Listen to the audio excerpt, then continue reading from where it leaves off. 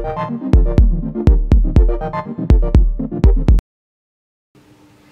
बच्चों, कोरोना की वजह से हमारी पढ़ाई नहीं हो पा रही थी और ऑनलाइन माध्यम हमने ऐसा निकाला है कि जो हम अब तक पहुंच पाएंगे और आप अपनी पढ़ाई कंटिन्यू कर पाएंगे। तो इसी क्रम में आज मैं 10th क्लास का फर्स्ट चैप्टर जो कि विज्ञान यानी कि साइंस का है, उस चैप्टर पे बात करूंगा। और उस चैप्टर पे बात करने से पहले मैं आपको कुछ पिछली कक्षाओं के उन बातों को याद दिलाना चाहूंगा जिससे हमारा ये वाला अध्याय आराम से हो पाए।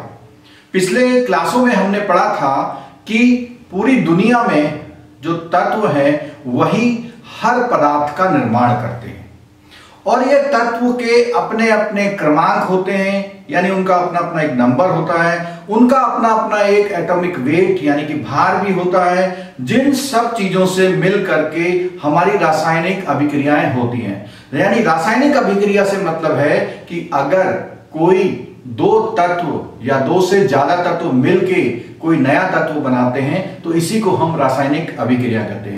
तो आज हम पढ़ते हैं रासायनिक अभिक्रियाएं एवं समीकरण। अभिक्रिया का मतलब होता है रिएक्शन और रासायनिक का मतलब होता है केमिकल, यानी केमिकल रिएक्शन एवं समीकरण यानी इक्वेशन।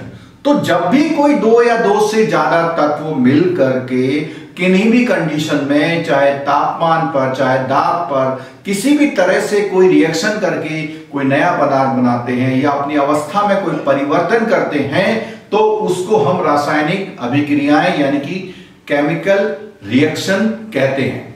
इस अध्याय में जब हम पढ़ेंगे तो हम क्या पढ़ेंगे, सबसे पहले अपने दैनिक जीवन में जो जो घटना होती है उन दैनिक जीवन की घटनाओं की परिस्थितियों पर ध्यान देंगे और विचार करेंगे। उसमें जैसे सबसे पहली बात है, इसमें लिखा हुआ है कि गर्मियों के कमरे में ताप पर दूध को खुला छोड़ दिया। तो आप देखते हैं कि दूध को अगर गर्मी में छोड़ दो या जब दूध हम ले आते हैं तो उसको पकाओ ना, उसको ऐसे ही छोड़ दो तो क्या होता है, दूध खराब हो जाता है, कहते हैं दूध का दही जम जाता है या दूध फट जाता है कहते हैं। तो ये क्या है, एक रासायनिक अभिक्रिया है। तो दूध में जो भी तत्व मौजूद हैं वो तापमान की वजह से अपना किसी दो तत्वों में आपस में मिल करके कोई नया तत्व बनाते हैं। तो ये है। दूसरा उदाहरण इसमें दिया हुआ है, लोहे का तवा, तसला, कील को आर्द्र वायुमंडल, आर्द्र वायुमंडल जहां पे नमी हो थोड़ी सी, अगर वहां छोड़ दिया जाए तो उसमें क्या होता है आपको पता, उसमें जंग लग जाता है, वो भी रासायनिक अभिक्रिया है। अगला उदाहरण दिया है, अंगूर का किण्वन हो जाना। अंगूर का किण्वन यानी किण्वन का मतलब होता है सड़ना, किण्वन कीड़े पड़ जाना, सड़ जाना चीजों को। तो अंगूर है, फल है, उनका किण्वन होने से आपको पता है कि अधिकतर फलों से शराब बनती है। तो शराब कैसे बनती है, उसको सड़ाया जाता है एक तरह से, किण्वन मेथड बोलते हैं उसको, विज्ञान की भाषा में उसको किण्वन बोलते हैं। ठीक है। भोजन जब पकता है तो भोजन पकने में क्या होता है, भोजन पकने में जब हम कच्चा आलू डालते हैं, सब्जी डालते हैं, मसाला डालते हैं तो उसमें भी क्या है, रासायनिक अभिक्रियाओं से वो अपना स्वरूप को बदल देती है। ठीक है। अगला उदाहरण इसमें दिया हुआ है, हमारा शरीर भोजन को पचा लेता है। क्या करता है, जब हम खाना खा लेते हैं तो हमारे शरीर में भी रासायनिक क्रियाएं होती हैं। और वो रासायनिक क्रियाएं कैसे, जो तत्व हम खा रहे हैं, हमारे शरीर से कुछ तत्व निकल रहे हैं, कुछ एसिड बन रहा है, वो सब उनको पचा करके एक नया स्वरूप देते हैं। तो वो भी एक रासायनिक क्रिया का उदाहरण होता है।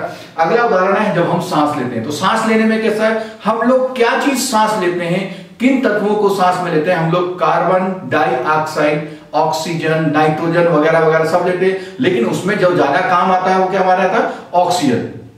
तो ऑक्सीजन जो होती है हम लेते हैं, ऑक्सीजन हमारे जो ब्लड होता है, खून होता है, उसमें जाके क्रियाएं करती हैं, हमारे शरीर तक जाती हैं, एनर्जी बनाती है, बहुत सारी बातें। तो ये सब भी रासायनिक अभिक्रियाओं के उदाहरण है। ये हमने जितने भी उदाहरण दिए उसमें क्या हो रहा है, वस्तु की प्रकृति तथा पहचान कुछ ना कुछ बदल जाती है। यानी वो दिखने में जैसा था उससे अलग तरह का हो जाता है, पहचान अलग हो गई। और उसकी प्रकृति यानी पहला कैसा क्रिया कर रहा था, अब क्रिया कर रहा था, उसमें बदलाव आ जाता है। पदार्थों के भौतिक तथा रासायनिक परिवर्तनों के बारे में हम पहले से जान चुके हैं कि कौन सा रासायनिक परिवर्तन होता है, कौन सा भौतिक। जैसे एक कागज है, हम उसको कैंची से काट के छोटे छोटे टुकड़ों में बदल दें तो ये भौतिक परिवर्तन है, यानी उसके रासायनिक परिवर्तन में कोई गुण बदलाव नहीं हुआ। अगर हम उसको जला देते हैं तो ये रासायनिक परिवर्तन है। ऐसे बहुत से उदाहरण है, आपने पिछली कक्षाओं में पढ़े होंगे। ठीक है। और जब भी कोई रासायनिक परिवर्तन होता है तो उसके पीछे रासायनिक अभिक्रिया होती है, क्योंकि अभिक्रिया से ही परिवर्तन होता है। अब आप रासायनिक अभिक्रिया को भलीभांति समझ चुके हो। कोई भी रासायनिक अभिक्रिया हुई है या नहीं हुई है, इसको हम चेक कर सकते हैं। उसके लिए एक क्रियाकलाप बनाया हुआ है। क्रियाकलाप में क्या दिया हुआ है? इस क्रियाकलाप में सबसे पहले 3-4 सेंटीमीटर लंबे मैग्नीशियम रिबन को रेगमाल से रगड़। तो मैग्नीशियम का रिबन यानी पत्ती सी, उसको रेगमाल से आपने रगड़ लिया और उसको चिमटे से पकड़कर स्पिट लैंप या बर्नर में इसका दहन किया। आप चित्र में देख सकते हैं। इस चित्र में जो ये चिमटे से पकड़ रखा है उसमें मैग्नीशियम का रिबन है, उसको जलाया गया और जलाने से उसकी राख आई और राख को हमने नीचे इकट्ठा कर लिया। राख को हमने नीचे इकट्ठा कर लिया। तो इकट्ठा करने पर क्या हुआ? तो बोलते हैं इस चिमटे से पकड़कर स्पिट लैंप या बर्नर से इसका दहन कीजिए यानी जला दीजिए। इससे बनी राख को वॉच ग्लास में इकट्ठा कर लीजिए, जो अभी हमने बताया। फिर क्या होता है उसमें आप देख रहे हैं, मैग्नीशियम रिबन का दहन करते समय इसे अपनी आंखों से दूर रखिए। आंखों से दूर क्यों? जब कोई चीज जलाते हैं तो चिंगारी आती है, चमक आती है। जैसे आप लोग जब दिवाली में पटाखे जलाते हैं तो चमक आती है, तो दूर से, नहीं तो आंखों को क्या है प्रभाव पड़ सकता है। जब हम इसको जलाते हैं तो मैग्नीशियम का जो रिबन होता है वो चमकदार लौ से जलता है, इसीलिए आंखों से दूर रखना है। और सफेद चूरा, जैसे राख सफेद हो जाती है, ऐसा चूरा हमको मिलता है और ये होता है मैग्नीशियम ऑक्साइड का चूरन। हमने मैग्नीशियम यूज किया, लेकिन जब वो जल के निकल के आया तो मैग्नीशियम ऑक्साइड निकला, यानी मैग्नीशियम और ऑक्साइड ऑक्सीजन का मिलन हुआ, रासायनिक अभिक्रिया हुई, दोनों तत्व हैं। और इसकी उपस्थिति में कब हुआ? जब वायु से उसने ऑक्सीजन ली तथा मैग्नीशियम के बीच होने वाली अभिक्रिया के कारण यह बनता। और ये बना क्यों? क्योंकि उसमें अभिक्रिया हुई। तो ये हमने एक रासायनिक अभिक्रिया का एक उदाहरण देखा। चलिए अगले क्रियाकलाप की तरफ चलते हैं। अगले क्रियाकलाप में क्या करा? एक परख नली में लेड यानी सीसा, जिसको पीबी बोलते हैं, जो प्रतीक चिन्ह है लेड का पीबी है, ठीक है। नाइट्रेट का घोल, लेड नाइट्रेट का घोल लिया। घोल लेड नाइट्रेट यानी पहले से ही 2 तत्व मिले हुए उसमें, ठीक है। उसका घोल लिया, इसे पोटेशियम आयोडाइड में के घोल में मिला दिया। पोटेशियम आयोडाइड के घोल में इसको मिला दिया। उसके बाद हमने देखा क्या क्या हुआ। उसके बाद हम इसमें होने वाले बदलाव से हम ये समझ सकते हैं कि रासायनिक अभिक्रिया हुई और क्या क्या बदलाव हमने महसूस किए या हमें दिखाई दिए। अगले क्रियाकलाप में बोला है एक शंक्वाकार फ्लास्क। शंक्वाकार कैसा होता है? नीचे से चौड़ा होता है, ऊपर से ऐसा होता है, ठीक है। शंक्वाकार फ्लास्क या परखनली में कुछ जिंक के दाने ले लिए, जिंक Zn, जिंक के कुछ दाने ले लिए। इसमें तनु हाइड्रोक्लोरिक अम्ल HCl, तनु का मतलब जो ज्यादा तीखा ना हो, सांद्र ना हो, थोड़ा हल्का हो, ज्यादा प्रभाव ना करता हो, या सल्फ्यूरिक अम्ल मिला दिया। अब हमने क्या देखा? क्या जस्ते के दानों में आपस में कुछ होता दिखाई दे? जस्ते के दानों में आपस में कुछ होता हुआ दिखाई दे, ये देखना है हमने। और शंक्वाकार फ्लास्क या परखनली को स्पर्श कीजिए, क्या इसके तापमान में कोई परिवर्तन हुआ, ये हमको देखना। तो 2 क्रियाकलाप को हम अध्ययन करें अगर अपने प्रयोगशाला में सावधानी से शिक्षक की मदद से, तो हम ये जान सकते हैं क्या इसमें कोई रासायनिक अभिक्रिया हुई या नहीं हुई।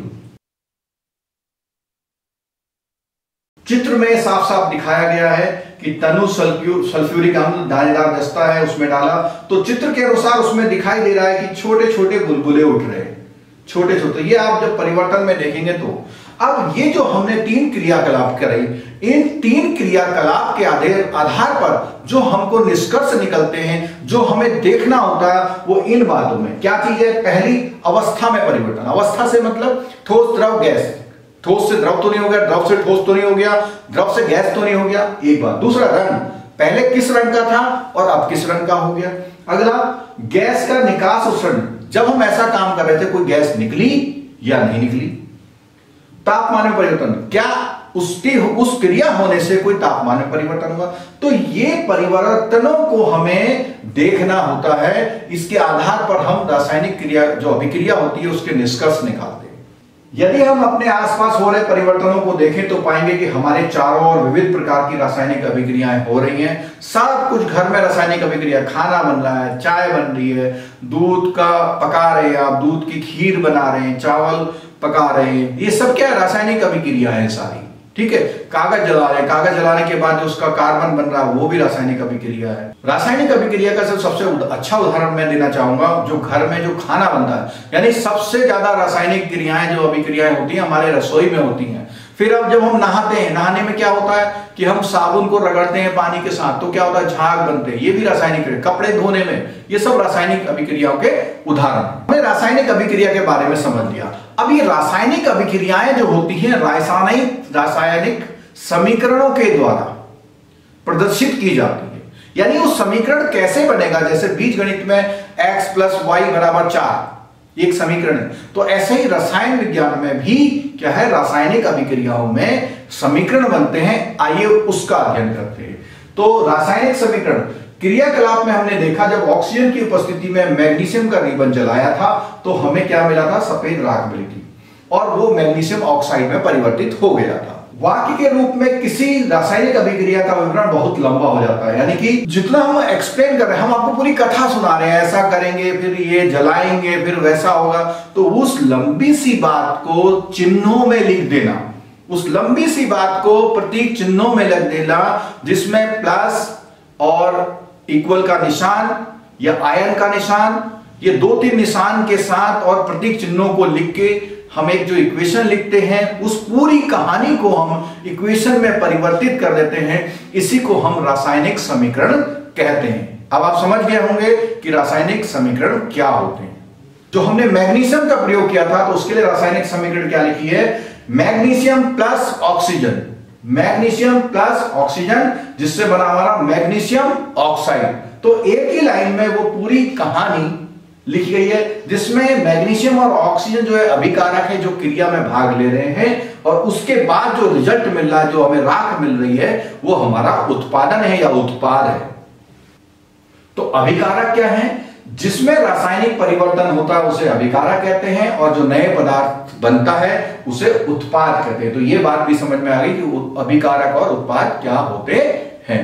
अब इस समीकरण में कुछ चिन्हों का भी प्रयोग किया जाता है, और उस चिन्ह को, जैसे हमने कहा दोनों अभिकारक मिल रहे हैं तो योग यानी प्लस का चिन्ह लिखा जाता है, और ये जो भी अभिकारक होते हैं ये हमेशा लेफ्ट हैंड साइड यानी कि उल्टे हाथ की तरफ लिखे जाते हैं, और जो बाकी जो उत्पादन होता है, जब लेफ्ट हैंड साइड में तो हमने लिखा ये मिल रहे हैं इक्वल टू, और फिर क्या है, राइट हैंड साइड में आपका RHS लिखा जाता है, और ये RHS और LHS जो होता है, जो बुक होती है, जो कॉपी होती है, उसके अकॉर्डिंग RHS और LHS तय किया जाता है। जब आप देखेंगे बुक में, तो जो आपके इस साइड में लिखा हुआ है, जो आपके इस साइड में लिखा हुआ उल्टे हाथ की तरफ, तो वो LHS है, और जो रिजल्ट करके लिखा हुआ है वो RHS है। ठीक है, तो इस तरह से हमने रासायनिक अभिक्रिया और रासायनिक समीकरण के बारे में आज अध्ययन कर लिया।